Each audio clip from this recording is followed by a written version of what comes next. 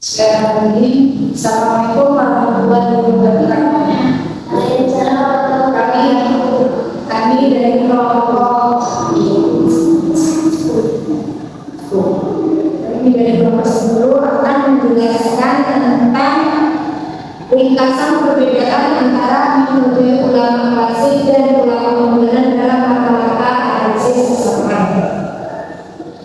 Yang pertama akan dijelaskan oleh saudara Aisyah. Aku dari depan analisis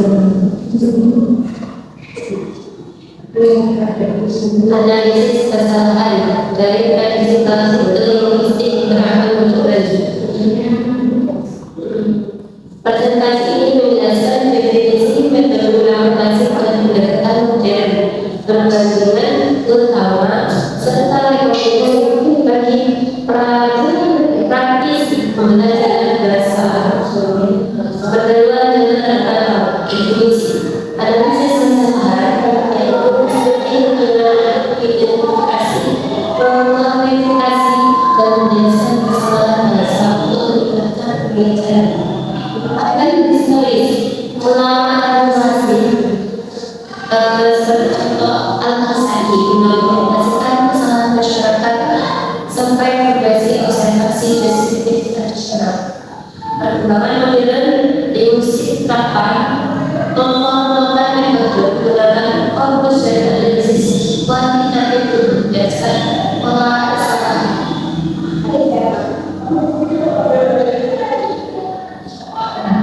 Metode ulama klasik atau tradisional pendekatan aktif yang berfokus pada pelanggaran kegiatan, yakni pertama penggunaan data, observasi lisan atau tulisan langsung, step besar tanpa digitalisasi, identifikasi melalui penyelesaian berbagai ilmu tata bahasa dan morfologi tanpa mempertimbangkan konteks penggunaan. Selanjutnya ada kategori menghubungkan fonetik, retorika, leksikal, ejaan. Outputnya kompilasi daftar kesalahan. Contoh untuk alasan untuk promosi normatif.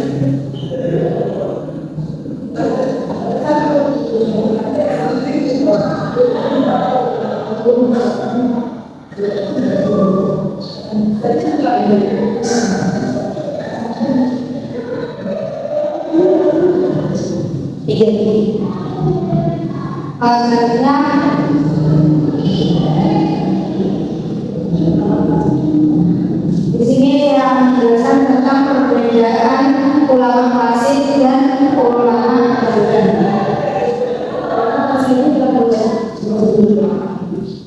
Metode analisis kesalahan ulama modern itu pengumpulan data secara lisan, tulisan, dan berbasis komputer. Sedangkan metode analisa kesalahan pada ulama klasik ialah pengumpulan data secara lisan dan tulisan. Adapun penentuan sampel berdasarkan faktor-faktor tertentu seperti bahasa ibu, jenis lain pembelajaran, dan tingkat kemampuan pembelajaran. Sedangkan dari ulama klasik itu pengumpulan data lisan dan tulisan dari masyarakat umum. Selanjutnya upaya menjawab pertanyaan penelitian tertentu.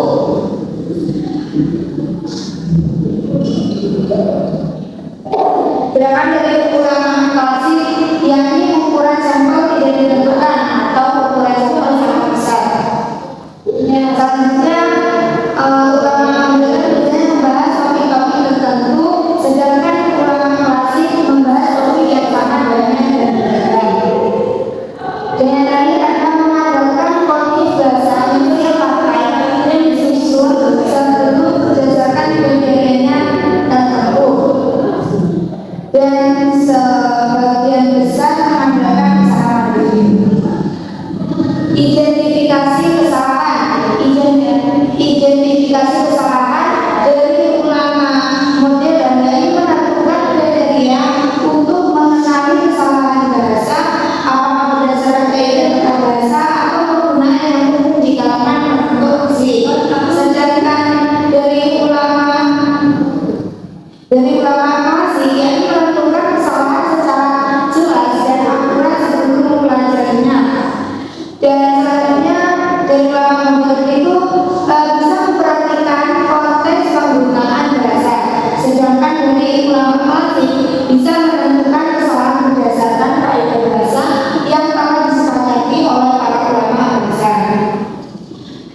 Selanjutnya, menurut ulama modern, langkah ini terkadang kurang objektif dan bertanggung pada penilaian kesalahan. Sedangkan menurut ulama klasik, menentukan kesalahan berdasarkan kaidah tanpa memandang konteks. Lalu langkah identifikasi kesalahan dapat dibagi menjadi penyusunan teks berbahasa benar yang sesuai dengan teks yang terpilih, lalu meningkat kalimat pada kalimat teks, dan setelah itu mengidentifikasi kesalahan. Sedangkan menurut ulama klasik itu bisa menentukan kesalahan secara langsung pada teks tertulis atau lisan.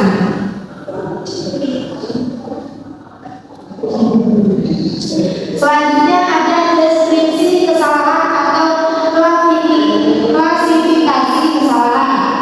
Dari ulama modern, deskripsi kesalahan adalah perbandingan antara teks yang mengandung kesalahan dengan teks yang telah diperbaiki.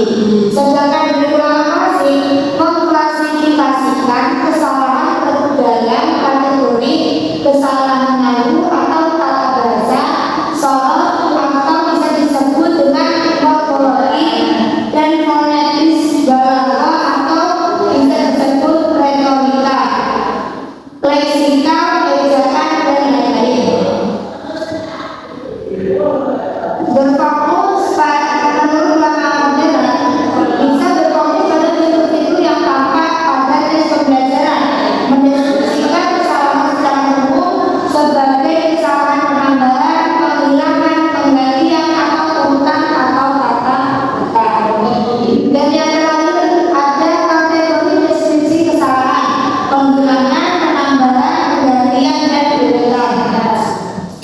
Lalu selanjutnya pengukuran atau statistik kesalahan.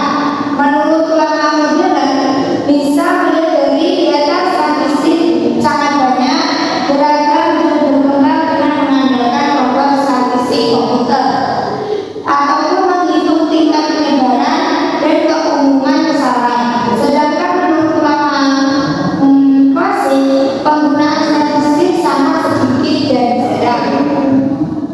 Selanjutnya ada penjelasan atau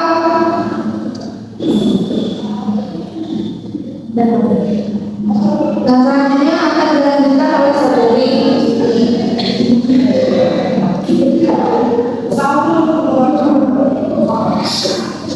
Lanjut, tadi kan menjelaskan perbandingan klasik antara ulama modern dan klasik. Kemudian ini penjelasan interpretasi kesalahan menurut ulama modern dan klasik. Pertama, menurut ulama modern yaitu menjelaskan mengapa dan bagaimana kesalahan itu terjadi serta menerangkan penyebab terjadinya kesalahan. Seperti sebab terjadinya kesalahan itu apa? Yaitu kebahasaan, kemudian sosial, psikologis, dan organik. Itu yang sering terjadi kesalahan menurut ulama modern. Kemudian menurut ulama klasik yaitu menjelaskan mengapa dan bagaimana kesalahan itu terjadi serta menerangkan penyebab terjadinya kesalahan. Penyebabnya kalau ulama klasik yaitu penyebab mental. Kemudian penerapan praktis. Menurut ulama modern yaitu menyusun buku-buku yang berfokus pada perbaikan kesalahan. Kalau menurut ulama klasik menyusun buku-buku yang berfokus pada kesalahan umum di kalangan penutur bahasa. Evaluasi kesalahan kalau menurut ulama modern yaitu menyusun instrumen evaluasi yang menunjukkan tingkat signifikansi kesalahan. Kalau menurut ulama klasik yaitu kurangnya perhatian terhadap evaluasi karena terisolasinya konteks analisis kesalahan dari lingkungan pendidikan yang dituju dalam program pengajaran bahasa Arab sebagai bahasa kedua. Kemudian sesungguhnya fenomena analisis kesalahan adalah fenomena lama. Para linguis Arab adalah orang-orang yang pertama yang membahas fenomena ini dan memberikan perhatian besar padanya.